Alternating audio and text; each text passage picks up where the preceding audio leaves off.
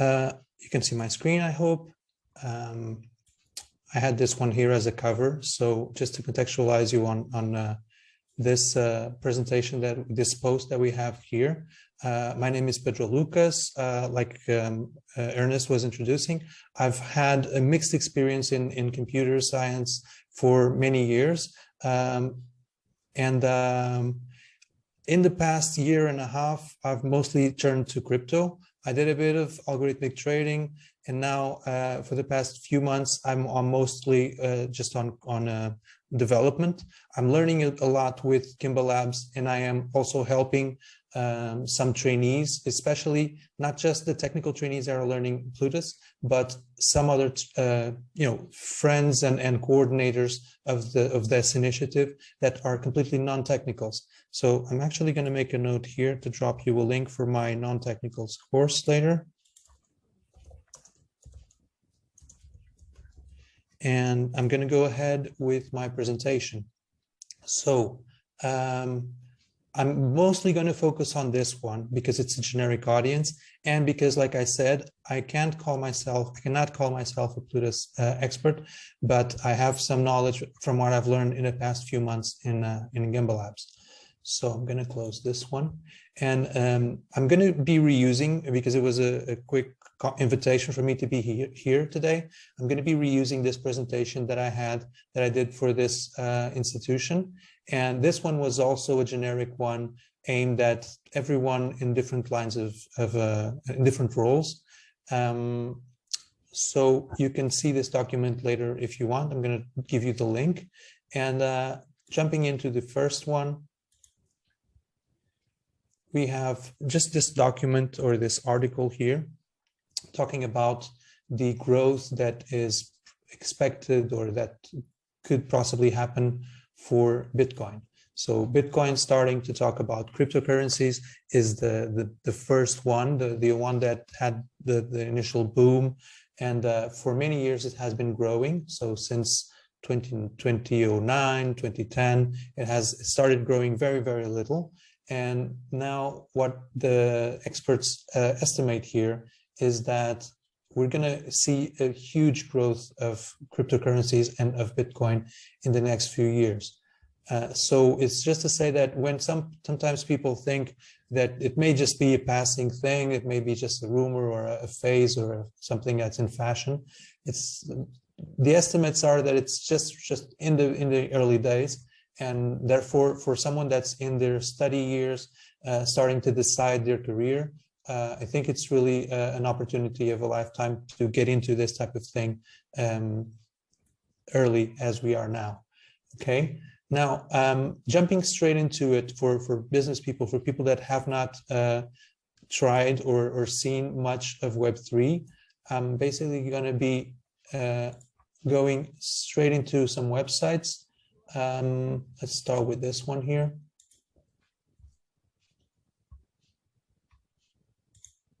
So what is a Web3 website? It's a typical thing. It just has a domain. In this case, it's OpenSea.io. And people can simply access the website, browse the content. In this case, we're talking about NFTs. I'm going to explain a bit further down what they are. But in this case, it's a marketplace of these collectibles. So you can browse content. If I go, for example, to photography, I can see all this content, and I can go into one specific article. So it's typical browsing of the website, of the internet. It's completely responsive. So it's going to be a website that you can access on a mobile device as well. And the main thing distinguishing a Web3 website from a non-Web3 website, an old Web2 website, would be the fact that here you log in with your cryptocurrency wallet. So when I do this, what happens is that the website is asking me, if you want to log in with a cryptocurrency wallet, please tell us what wallet application you're going to use. And you can see here, this icon is something that I have installed here. I'm going to just give a click on the browser extension there. And in this case, I don't have a wallet created in this one. So it's probably going to be inviting me to create a wallet yeah. So here, if I said, let's go, I would just go straight into creating my addresses. So probably I won't be able to demo this one for you, but you can see that it's just a website that asks you to interact with an extension. So closing this one, so that one was OpenSea that runs on the Ethereum blockchain. We have a similar one that I'm better prepared to demo to you, where this one is JPEG Store. So it's also an NFT marketplace. Exactly the same type of thing. It's a competitor. It's like comparing YouTube Music to Spotify or to other services. So content is different though, because it's usually there's not many connections between the blockchains. They're mostly their own ecosystem. So you have Ethereum, Cardano, you have other ones, Solana, for example. So just to go into the demo here, if I do, in this case, as you can see, I have this wallet, which is MetaMask, but I have, because I'm working on this, I have a number of other extensions here. These are all different wallets that I can demo to you. And so here, when I get to the connect wallet button, I see which application do you want to use. So in this case, I'm going to say I want to connect with Eternal, and then they're going to say, please enable Eternal. So for this application, I'm going to come there, and Eternal has a very specific way of working where I need to get into the application. Here I have an experiments wallet where I have only 13 Cardanos, 13 ADA, sorry, and I'm going to connect it.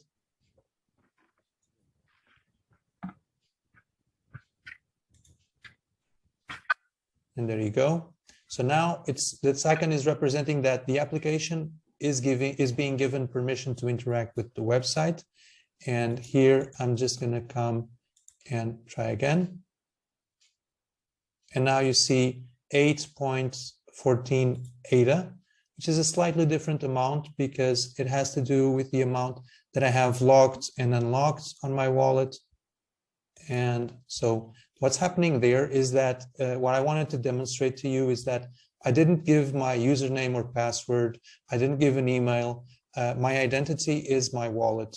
And the website doesn't care if I am Pedro Lucas or someone else. It just cares that I have an application. And within this application, I have the keys to be giving orders to this, to this wallet. Okay. So, yeah, so this is basically the main thing about a Web3 website. Now, what we're going to see is that this particular functionality allows us to do many different things. So, for example, if I come to SundaySwap, so this one is in the context of Cardano blockchain. And you can see the difference here is that here I'm just on the public website, which is just presenting the organization. And what I did was I clicked to go into the app itself. So here I'm in what I like to call the crypto bank. So in the crypto bank, you usually go to a traditional bank and try to exchange your euros for dollars or your currencies for other currencies. Here, because we are in the Cardano world, you can exchange ADA for other coins. For example, we are in SundaySwap, and I can exchange ADA for the Sunday coin, the Sunday token, actually. So in Cardano, ADA is the only coin, it's the main one, and then Sunday is a token, and all the other ones are all different tokens that live in the Cardano blockchain. Okay, so I don't want to go too much into what each of these websites do, but let's just go to the simplest thing here, where I can say I have a bit of ADA and I want to exchange it for a bit of Sunday. And then I would say, okay, I have 10 ADA, and the website is telling me for this much ADA, you can get this much Sunday, and I would go ahead with the exchange. Okay, so this is a very simple use case. Most of the websites have very, very concrete use cases. Here you have a different variation where it's also what we can call a crypto bank or a crypto exchange. But this one has a theme of ecology and being green and saving CO2 and etc. So they have even a crypto token that represents CO2. Sometimes it's fictional, sometimes it's real. In this case, they are promoting themselves as planting trees. So it's just an example of taking something that was very generic, of just exchanging tokens, and giving it a different theme or a different purpose with a different vision in the long term. Okay, so this was basically the quick demonstration about browsing Web3 websites. And I'm just going to show you this presentation very quickly to close on this chapter of the Web3 introduction, because there's some specific words or ways of presenting it that are very meaningful and that maybe you can retain as a quick definition of what is Web3. Okay, so this is just someone that posted the presentation, just giving it a second to load. And let's go into it. So this is a few months back, this organization called A16Z did this report about the state of crypto. And they started by defining a bit what it is, Web3 in this case. So in the first era of internet, we just had servers that were very centralized, where you had a server was just a computer that was on the internet and people were checking pages on that server.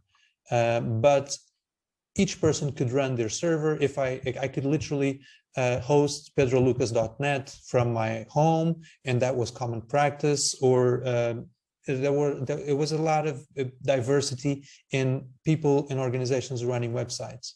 The second era of internet is a bit more siloed and centralized services. So here we're talking a bit more about Facebook and Google getting all the things in there. So for example, in this stage, I remember we had Alta Vista, Yahoo, we had a number of search engines, and this just basically centralized a lot of things. So you see that the years here, this was from the 90s to 2005. This was the last 15 years there. And now we're getting to a new third era of the internet that many call the Web3, which combines a bit of the decentralization that we had in the beginning with the communities that are very, random, if I can say. They form, they break up, they fragment, they spin off communities from others. And so it's going to unlock a different way of building things, because it's more decentralized and it's more community built. So it's less siloed like this one. Okay. So there's a few slides here as well that explain why the internet currently is a bit flawed, because as you can see, these icons there, these big corporations are owning the internet currently. Even Amazon is not only owning what you know as Amazon, where you can buy products, they're also owning the servers where we run a lot of the internet on. And there's also a bit of this in some countries where the internet is a bit, censored and controlled by the government. So coming back to what happened in the Web 2,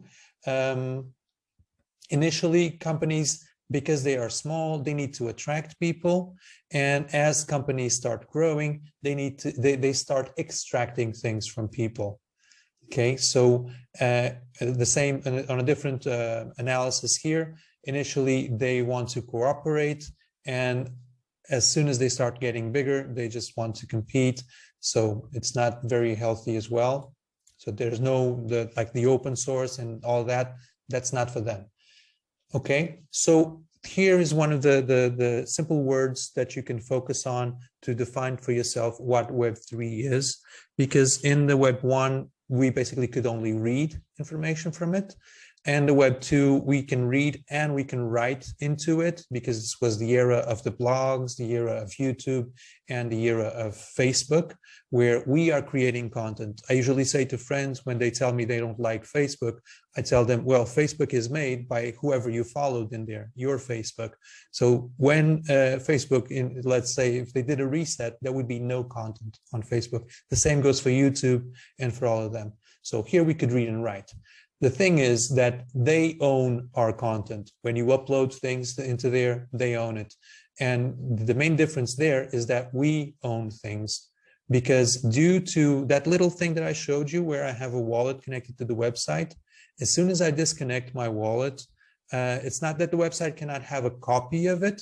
They can, and we're talking about this with the JPEGs and the NFTs, where people say, oh, if you have the NFT, but I copy the JPEG, I still have that image. Almighty,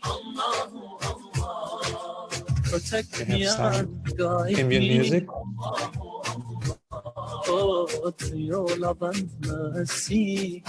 Maybe I'm gonna try to mute someone. Okay, that was fun. So yeah, so what happens there is that people can, the websites can still copy your content or something, but it cannot prove that they own it. In terms of owning it, really, you have a digital cryptography wallet or crypto wallet, where there's some keys that you can always prove you own that image and no one else. So in terms of rights, if you have a Facebook... If you have a website where you load it...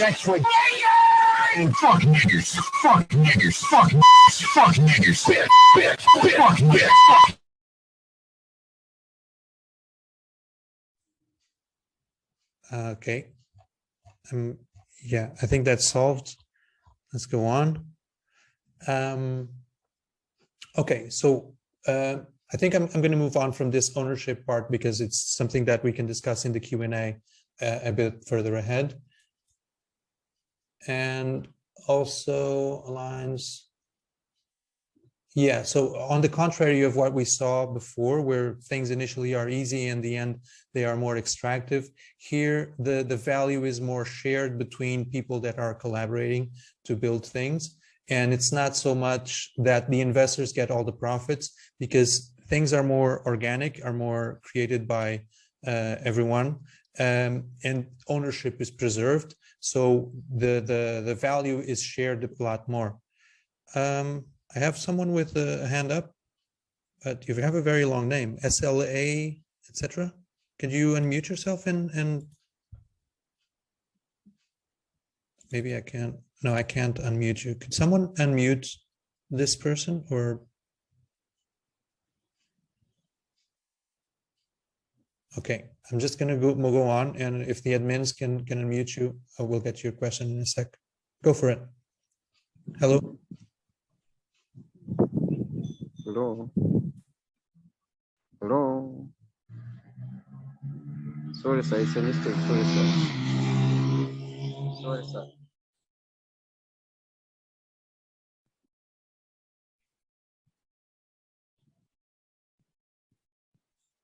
Hey, okay, so now I'm back. Okay, I'm going to move on. This one has a lot more to do with the decentralization of the internet. So like I was saying, because things are not so owned by the same people, there's more resilient mesh of servers. And okay, now we need to mute this colleague here. There we go. Okay, so I think this was a nice point to make a break and to ask if you have any questions. Maybe I'll take a look in the chat. Let me just pull it up if I can.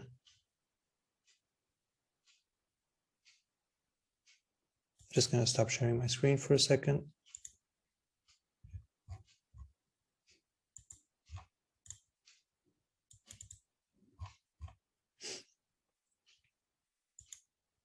Okay, guys, do we have any questions so far?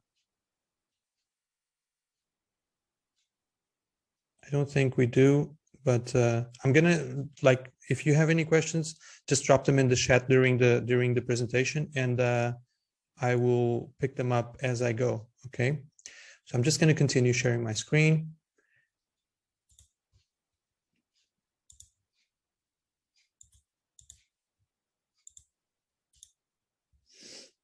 And let's go back to the presentation. So concepts for users. Like I said before, when I was browsing the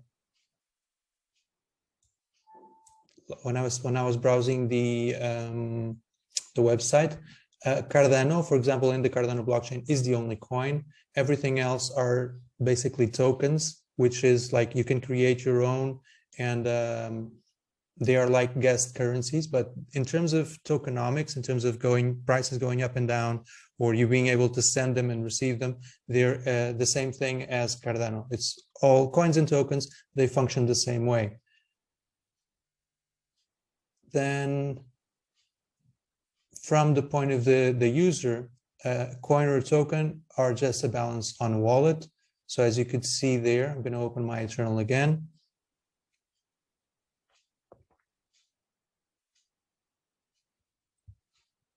Someone is asking me to repeat. I was just saying that coins and tokens are the same. They function in the same way, but the coin is the main asset on this blockchain. Cardano, for example, ADA, the coin ADA is the main coin and the only coin on the Cardano blockchain. Then everything else are tokens. Okay, so if you come here and I go to my wallet, and I can demo this to you here as well.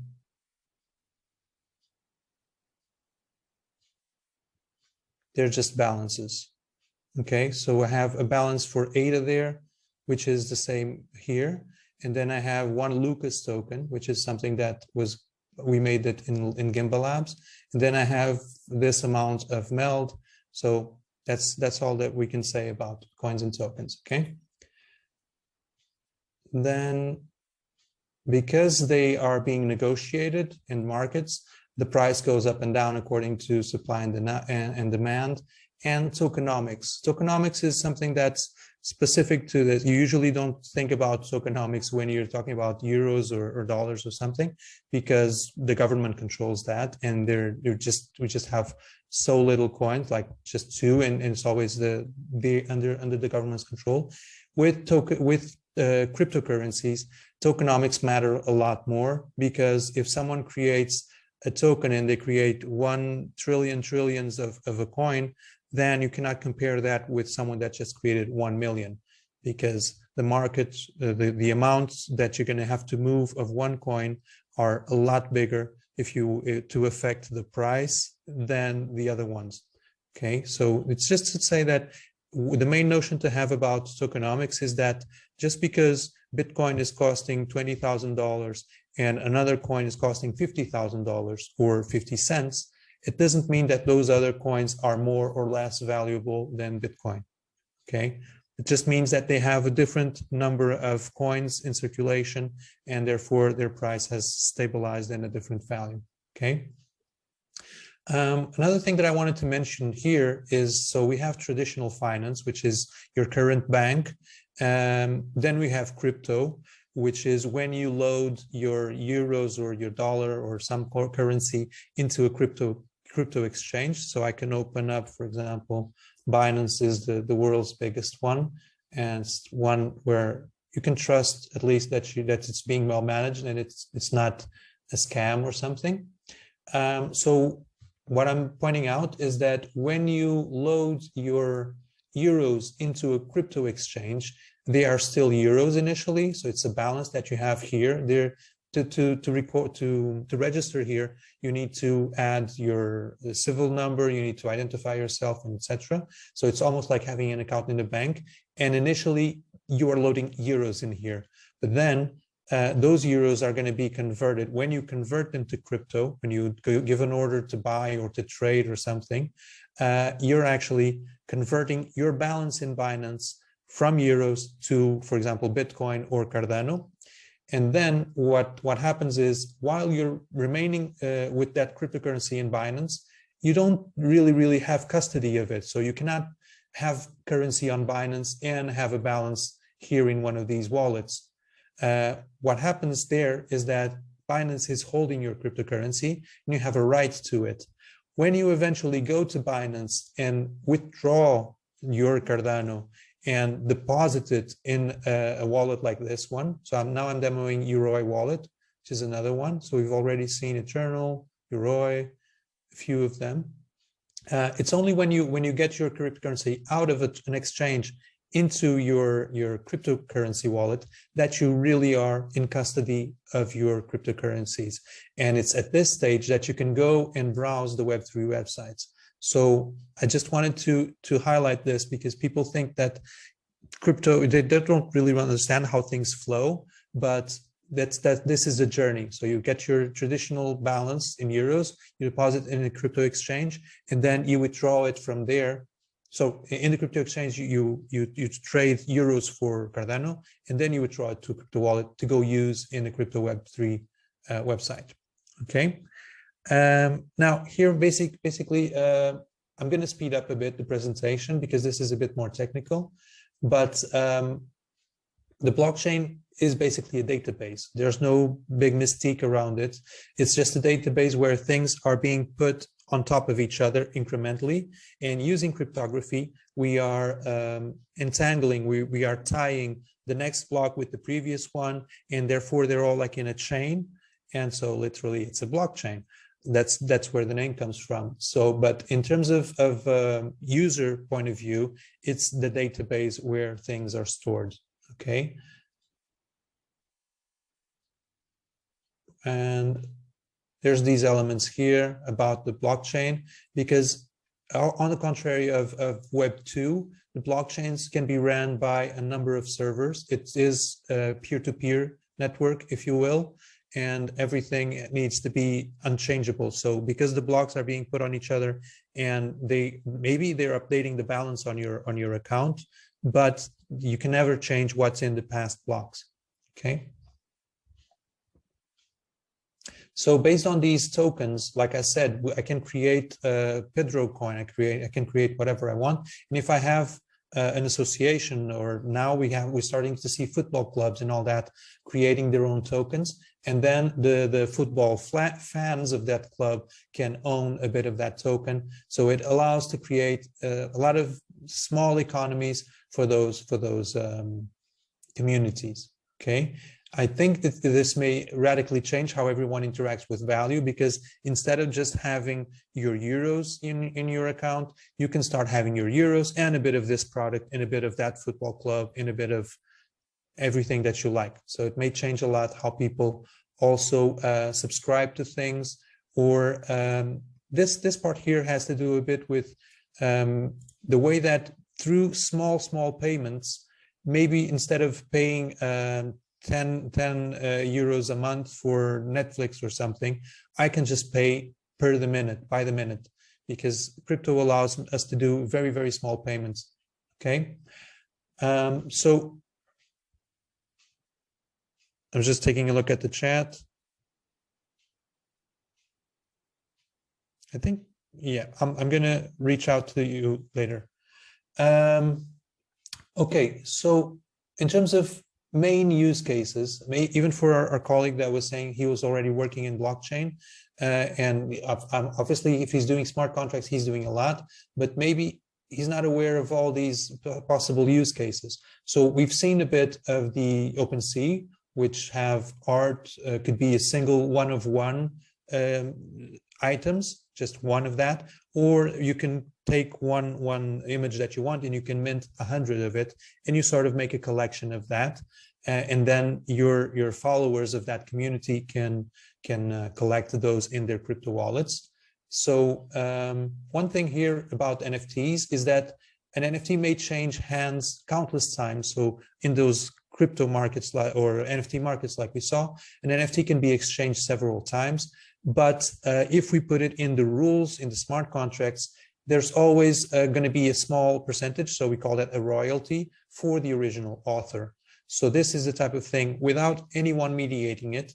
Yes, we can have one or two platforms, websites where things are happening, but the logic is not up to them. The logic is on the blockchain. For that token, for that NFT, it's never going to be able to be traded without the original author getting something. Okay. Now, speaking about media and streaming and about the micropayments, as I was calling them before, for streaming services, this may change a lot. And I think that's what I was talking here about advertisement, because currently, if you don't pay monthly for Spotify, you get to see the advertisements. But if you are paying by the minute, then they don't need, the users are going to start using that option, and they are going to be able to sell less advertisement. So it's going to change things a lot. And on the other hand, for places where there is advertisement going on, there may be a flow of value. It's going to maybe changed a lot, because it's possible to do it instantly. If as soon as the ad was shown, the advertiser needs to pay for it, and things can flow very, very in a very more agile way.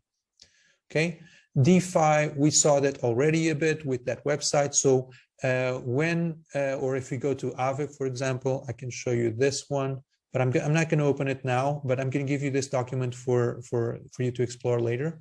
But this one is interesting because you can actually, if you have a number of cryptocurrency and you're not using it for now, you can park it, you can apply it. It's like making a long-term deposit in Aave, and they can give you interest on your money. So this is going to compete with your savings account that's currently in your bank. And in this case, you can put it here and they can give you some earnings out of it. So Dr. James is asking about scalability issues. Scalability issues are everywhere. There's something that we need to manage. Cardano, for example, has a long-term strategy with layer 2s, with a lot of technologies that are still being built to scale. So we're going to have cycles. For example, Ethereum now is going through a cycle where the fees for trading in Ethereum have been very high. Well, not now, but last year especially. And then now they're going to change their architecture. Cardano is going to change its architecture. And so it's going to be a game of pull push, if you will, about demand, usability, bringing us more users and bringing more user load into the chain, and the chain reinventing itself to provide the service that's with a nice price. And I think even if if one specific blockchain doesn't do it, that's why we keep talking about interoperability between blockchains, because we have Bitcoin, we have Ethereum, we have Cardano, then you have Atom, Cosmos. Cosmos is the name of the project that is very focused on interoperability. You have Polkadot, you have a number of them. And for example, Solana, to answer your scalability question, there's this triangle of pros and of three things that a blockchain cannot have simultaneously, which is decentralization, performance, and security. And so Solana has placed themselves on a very performant place of that triangle, but they're not decentralized. So you can give up a bit of that and you can use Solana for NFTs. But if you have your savings, or if you want to do long-term application, maybe, no blockchain is foolproof forever. We saw a situation in May where one stable coin was completely detached. One stable coin is a token it's just a token, but it's artificially or through some articulation tried to maintain to always value $1 per each token. And that mechanism failed completely, and whoever had money there went to zero. So with the main rule here, or one of the two main rules, and I don't want to be talking so much about investment, obviously, but it's about only investing, or only being invested in every sense of your time or anything, as much as you know, and to diversify, not to put all your eggs in one basket. Okay, so that's the main thing that I can tell you about performance and growth and diversity in this Web3 world. Okay, now coming back to the screen. So we have decentralized finance, which is, like I said, crypto banks where you can do deposits. Because some people are doing long-term deposits there, if other people want to take a loan, they can also do that. But here it's a lot different than in the traditional finance world, because if you have, for example, if you were lucky enough to have one Bitcoin, I hope maybe some of us are, but I'm not for sure. But if you have a big amount of cryptocurrency that you don't want to sell, but temporarily you need to take a loan, you can use that one Bitcoin, for example, as a collateral, and you apply it there. And the person taking the loan is going to just, this is exactly what happens with the person taking the loan. They need to leave a collateral, and then they take a slice of it as a loan that they need to pay back. So it's like a pawn shop, okay, to get their original Bitcoin back. So this is what happens with DeFi in overall. What happens with GameFi is the same as above in some situations, but in other situations, it's a lot more, it has to do a lot with gamification and with you playing games. Maybe I can take a look at Axie Infinity there. I'm not going to play the game for sure, because I'm just a guest on this website. I've never really used this. But it's something where you have, I'm just wanting to show you it's just illustrations and little playful characters that you can buy and sell. But what happens here is that they actually go into battles with each other. They procreate, they give you better value. And so this is still talking about creating, it's the same thing to say that I have these three dolls, or to have one Ethereum, one Bitcoin, and etc., is almost the same thing. The fact is that here it's all gamified, it's all presented as a game. Okay, there's a big link here about GameFi that I recommend that you take a look at. Then social tokens, I've spoken a bit about this already, but it has to do with football clubs or any type of associations. They create their tokens, and I think this is one of the points where I can say that mass adoption is not going to come from just from the cases that I've been meaning to say, that I've been saying so far. Mass adoption is going to come because if you're a football club, if you're a fan of that club, you're going to share it with your friends. If you're a fan of the GameFi, you're going to share it with your friends. If you're a fan of music, you're going to share it with your friends. So it's because it's going to reach so many different use cases in our society. People are in one way or the other going to be invited to own a bit, to use a bit. And it's not just a matter of, I had 1,000 euros and I want to have this much cryptocurrency just because of having it. Okay. Then the other thing that I have here, you can take a look at these links, has to do with the fact that you can organize your own organizations there. So if you have a community on Discord or a group of friends, or it makes sense for bigger organizations. If you have 500 people, 1,000 people that are working together, currently, especially in the last 2 years, people are working remotely a lot, and they need to organize some way. One way is to put all their tasks on a job board somewhere. But then, in terms of paying each other for doing the tasks, these type of organizations are so horizontal. So there's no bosses of anyone, of each other. And they just, okay, the community needs this task to be done. And then they post it on a wall. Someone gets there, grabs the task, performs it. Someone else verifies that that task was performed, and the person gets paid for doing that. So this is a very basic example of a DAO functioning. And there's a number of different things. Obviously, they need to have some organization to decide the career or the future of the organization. And for that as well, the tokens can be used to vote. So if you own a little of the token of that DAO, so let's imagine you create whatever name you want for the DAO, you're going to create a token with that name, and you're going to distribute it between the members. And then members can buy or earn the tokens to each other. So we can talk about meritocracies here as well, where you have more tokens because you work more in the organization. There's these value exchanges that can happen. Okay, this is more outside of the corporate business, the corporate world, but what's going to maybe start happening is that these organizations are going to have the power to deliver solutions, and maybe they're going to start competing with the standard providers for solutions. Okay, picks and shovels is a bit more technical, but it has to do with how oracles have to do with the way that a blockchain gets information. So, for example, one of the cases that I haven't mentioned here for DeFi or something like that, we can have sort of a crypto insurance agency. And that crypto insurance agency can tell you that if you have this crop in this region, you can ensure that your crop is going to, grow, or that it's not, if there is a catastrophe, if there's massive rains or floodings, we can pay your insurance for that crop.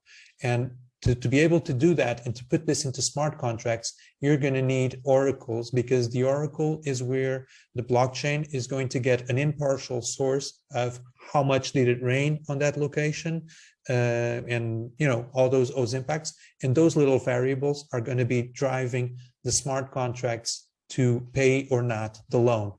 So speaking of smart contracts is something that I haven't introduced the concept, but most of you know, or some of you already know, when we're talking about, so far we've been talking about blockchains and about tokens and etc.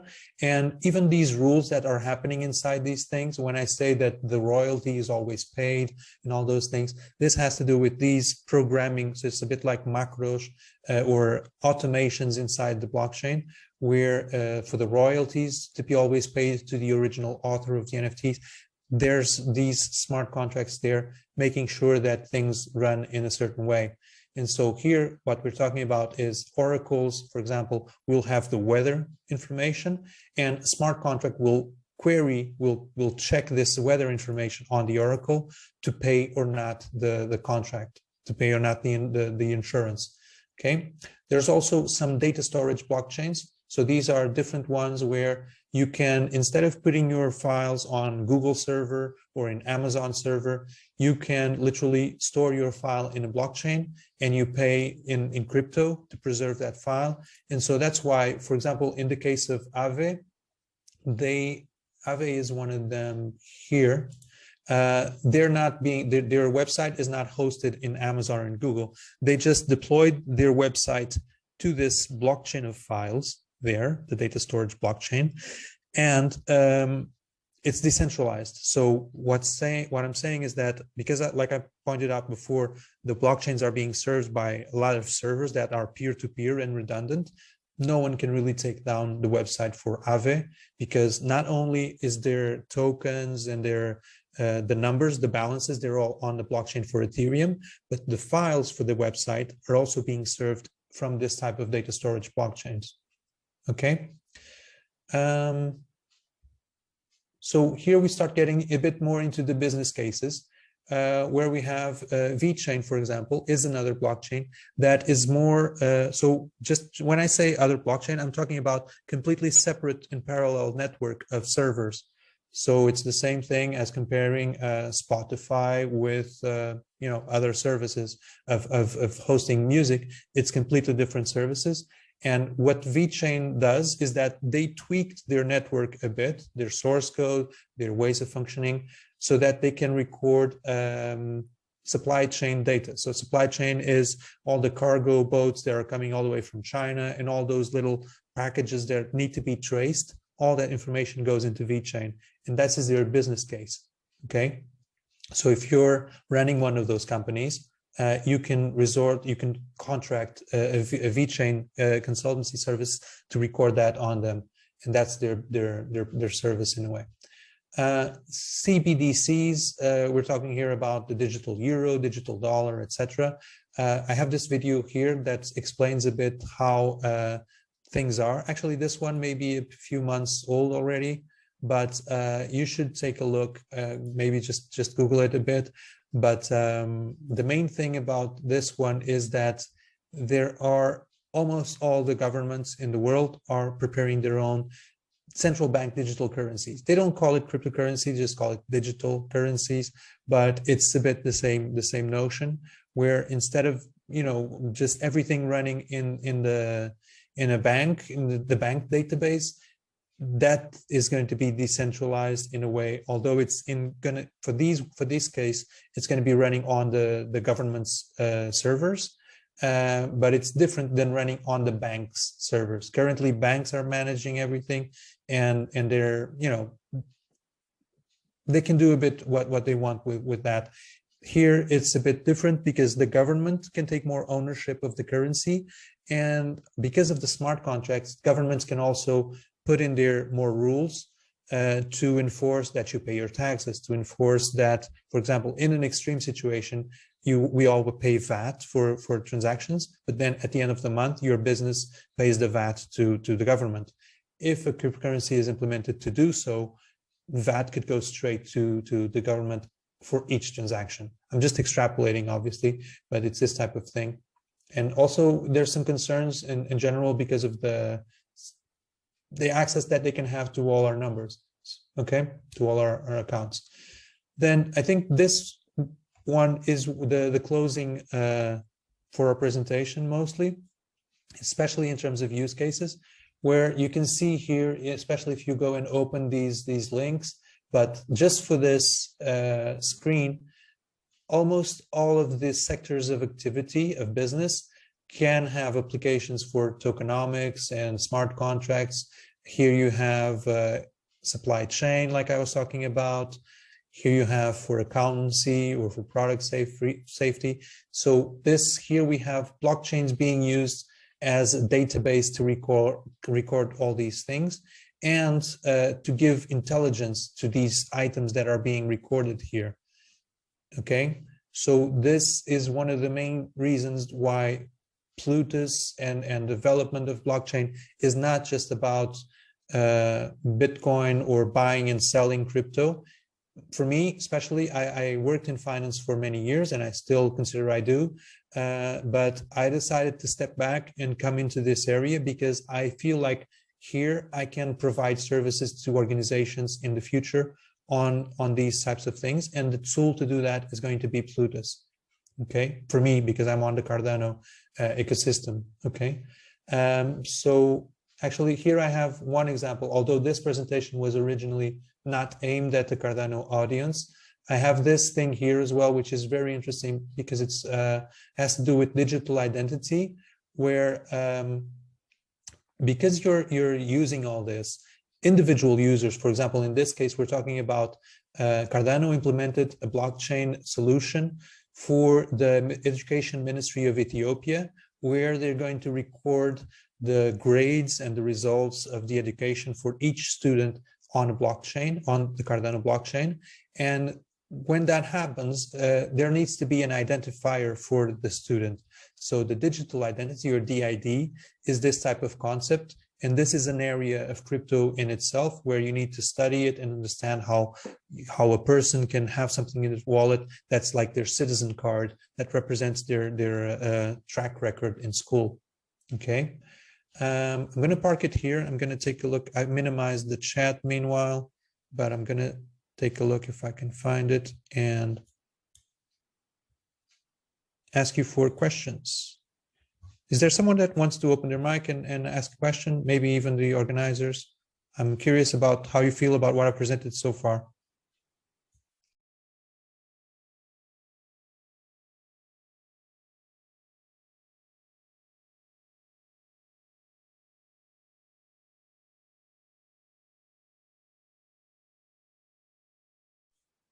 Ernest, anyone have a question from Dr. James, maybe?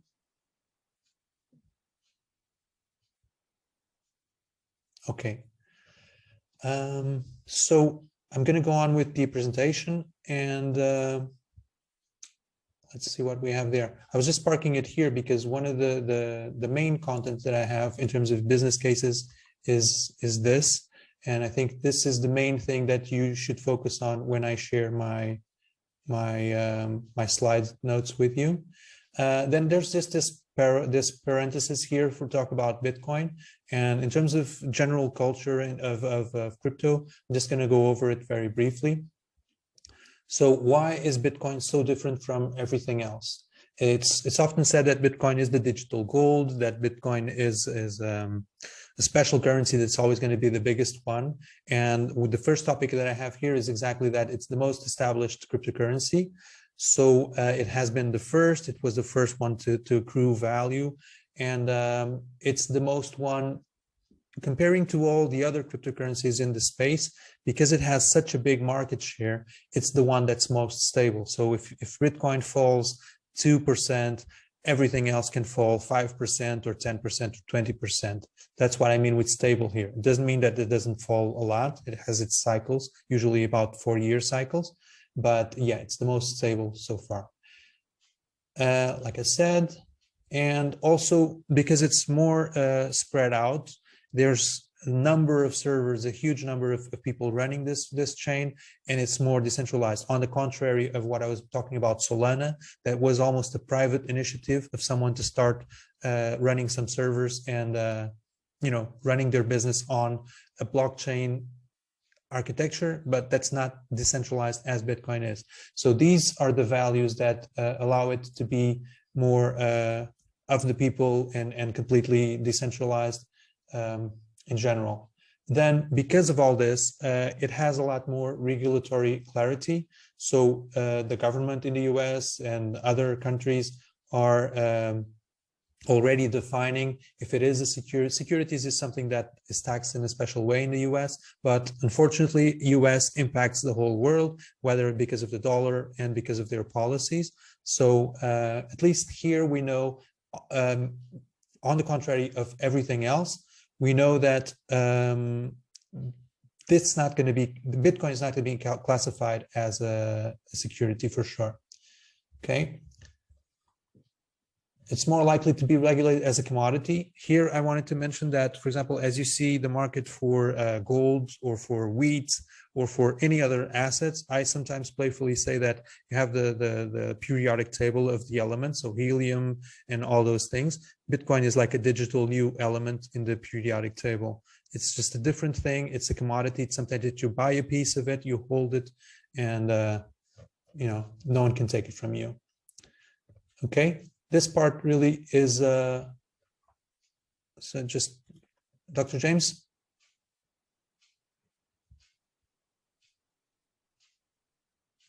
I think I was seeing Dr. James' hand up, but you can unmute yourself anytime, please. Okay. So continuing about Bitcoin, it's not a smart contract platform. So everything I've been talking about here, all these use cases are running on Ethereum, running on Cardano, and etc. And they are not going to happen on Bitcoin for sure, because Bitcoin does not have the ability to run smart contracts.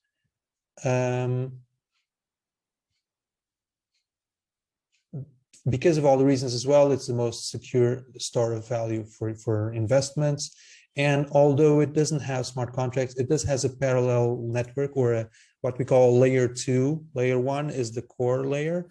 And then there's layer 2, which is Lightning Network, where you can sort of transport your Bitcoin from the core blockchain to the Lightning Network layer, and then exchange value there, and then eventually reconcile it back to the main blockchain. This one allows for instant transactions almost, and at a very, very affordable price. As well, in terms of Bitcoin, it's a blockchain that only runs BTC. So it's the only asset there. There are no tokens, no guest tokens, like I've been calling them. Okay. Not sure if someone wants to say anything. One second. Okay, I'm going to go on. So just a bit about the building it part. So what we've seen so far is that you have the, for people that are used to building web applications, you have the standard, what is running in the website, which is what we call the client side. And here we have usually used React, and we're going to continue to use React, which is just a library of it. What I'm trying to show you in this diagram, and I'm not going to go very much in detail, but it has to do with what different pieces are going to be articulating with the front end. So you've seen already that you have MetaMask, which is a wallet.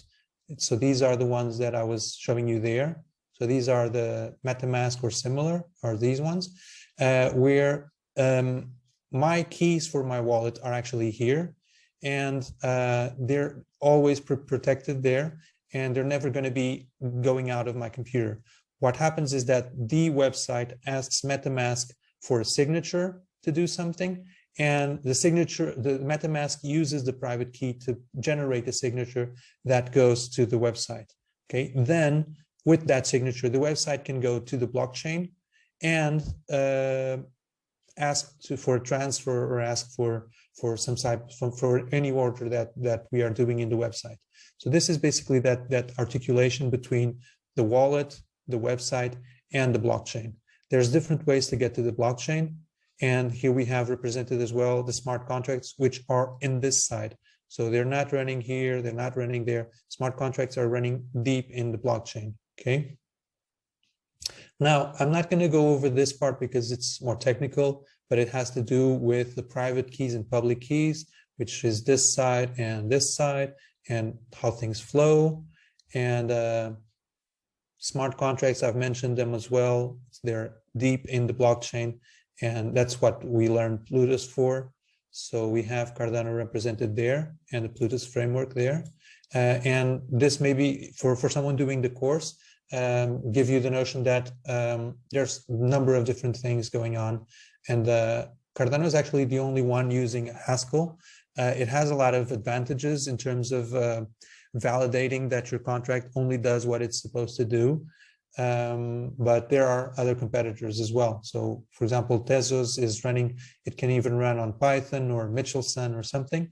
But I've also seen talks by Charles Hoskinson. He says that eventually a lot of languages can be compiled into Plutus or into Haskell to run on the Cardano blockchain. So eventually we're going to be able to encompass all that. Yeah, this part has to do with the technical part above as well. And yeah, so here we have a simple workshop that you can follow. This was a colleague of mine that led this presentation a few months back, and it's going to be in a presentation for you. And from here on, I just have some networking things. Here we have the link for Gimbal Labs. Here we have other spaces. And one important thing that you have here is Catalyst from the Cardano ecosystem, which is sort of an innovation fund where if you get into this type of medium, if you start talking to people, if you learn how to use the platforms, you can really just come here and say, okay, I am looking to create a solution that's going to solve this problem, and it's going to value the Cardano ecosystem in some way. Can you please fund me to go and build it? So I would really highlight these for you to take a look at. And I'm not sure I have, so in the rest of the presentation, I just have some, notes of how you can find work or how you can find communities to browse around. But mainly, I would invite you to come to Gimbal Labs, to be honest. So we're there, there's our Discord. And this concludes my presentation for now.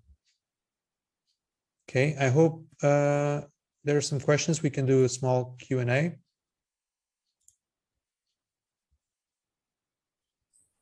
Yeah, I have a question. So you say that in future, Cardano will be able to build Cardano using other programming languages, yeah? So won't that make Cardano less safe? Because the reason why Cardano uses Haskell is for safety when transacting. Or is there a way that Yeah. Well, a bit like when we were talking about the decentralization and the compromises between decentralization and performance.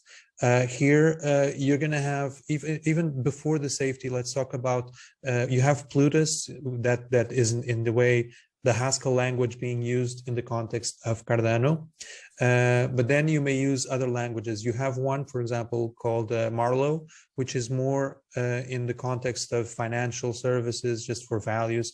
It's a higher level. So you give up some expressiveness on the technical side to be able to be quicker to develop. Okay, so there's this trade-off. And I think that I'm not sure, I can't be absolutely sure that everything's always going to be rock solid. Even I was asking one of the actual gurus of Haskell the other day, exactly the same question. And he was telling me that in terms of validation, in automatic validation, it's not absolutely just press a button and you can validate that your contract only does what it does. It requires some auditability. Okay, so it's the same thing, the same way that you have a software that needs to be audited and that people need to go, I reviewed it, someone else reviewed it, and etc. When you develop a smart contract, even in Cardano, you need to have someone else looking at your smart contract to make sure that you didn't leave something there that doesn't make sense. Okay, so I acknowledge that there's probably going to be, you may be exposing your solution more if you're using a third level language, instead of using pure Haskell and Plutus, if you go and try to do it in JavaScript and then you try to do it in Python. And what's happening is that Python is being translated. In the end, it's always going to be Plutus and native scripts inside the blockchain. So if there's a lot of translations, there would be a bit more fragilities. Okay. Okay, right.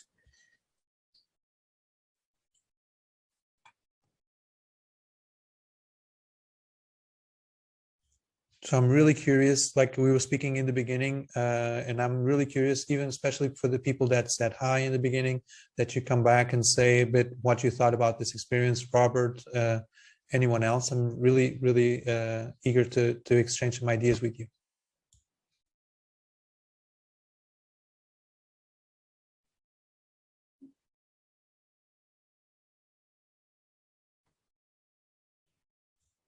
Okay, so let me check what I have here in terms of links for you. So I'm going to start opening some links on my screen. I'm going to share it again. See, we have someone with a question. Oh, go Dr. for it. James.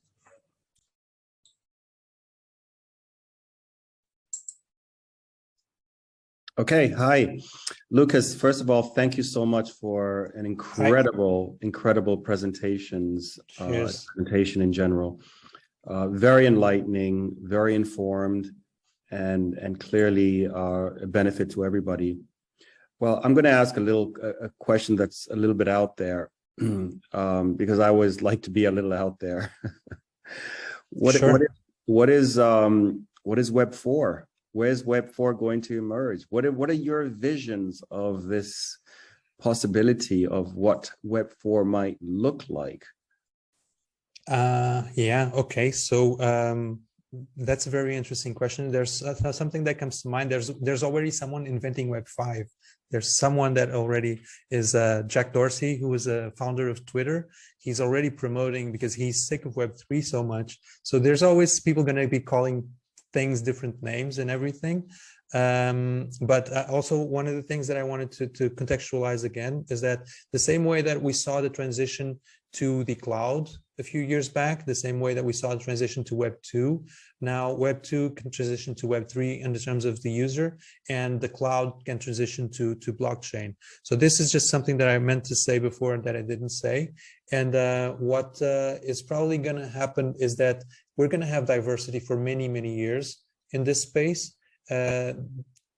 Whether it's because of all the different use cases that you saw, whether it's because the government cracking down on crypto, as people say, is going to impact a bit how we envision it, and maybe they're going to try to box things and make it run just for specific purposes. We're going to see a lot of influences from all aspects of life. I don't know exactly. I think Web 4, you can see it as because there's so many different use cases. I think each person is going to conceptualize their Web 4 in the next few years. For some, it's going to be blockchain. Sorry, I meant for some it's going to be the metaverse. For some other people, it's going to be the fact that they're artists and that the music industry is going to change because of it. It's going to impact everyone very differently. Before we get to, I think we may be looking at 20 years before we get to a Web 4, but I may be underestimating it.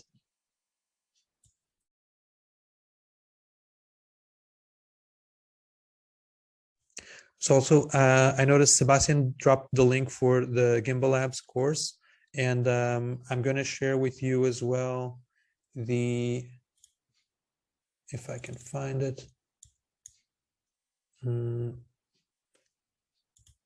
don't know if any one of you used Discord, but I would be happy to see you on there. Maybe Sebastian, if you have the link, okay, give me a second. I can get it here. This one is just going to be valid for a little while, for like 7 days, but it should be good especially for immediately. Okay, so I'm just going to send it on the chat.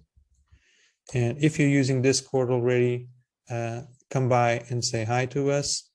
And on Twitter as well. Not sure if we're very active on Twitter, but it could give you a way to communicate with Gimbal Labs as well. Also, I am running a course for non-technicals. Not a course, it's literally something that was spontaneous, but I'm going to drop you a link on the chat for the YouTube recordings of this team that it's literally just a team of 2 or 3 people for now. But it may be interesting for you to drop by. We are meeting on Wednesdays at UTC 11 a.m. And I called this initiative Cardano for non-technical people. So if you don't want to go into the Plutus project-based learning by Gimbal Labs, you're very welcome to come by this this initiative that we have. So there's the YouTube for the past sessions.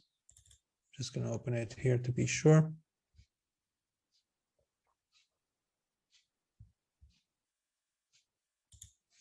Yeah. So let me know if you have any more questions, or otherwise I don't know what to do more in the session. I think we will leave it for here.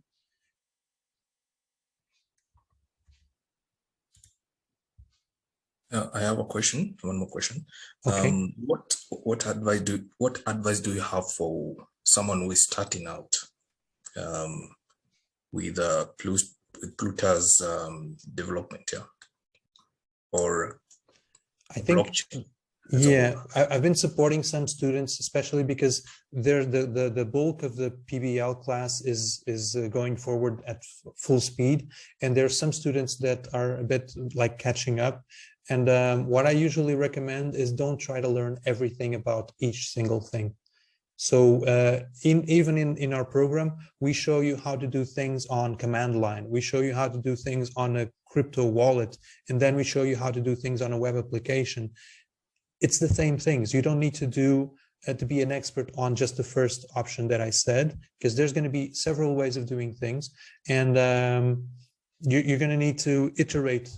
It's one of the mentalities of IT development is agile and iterative approach.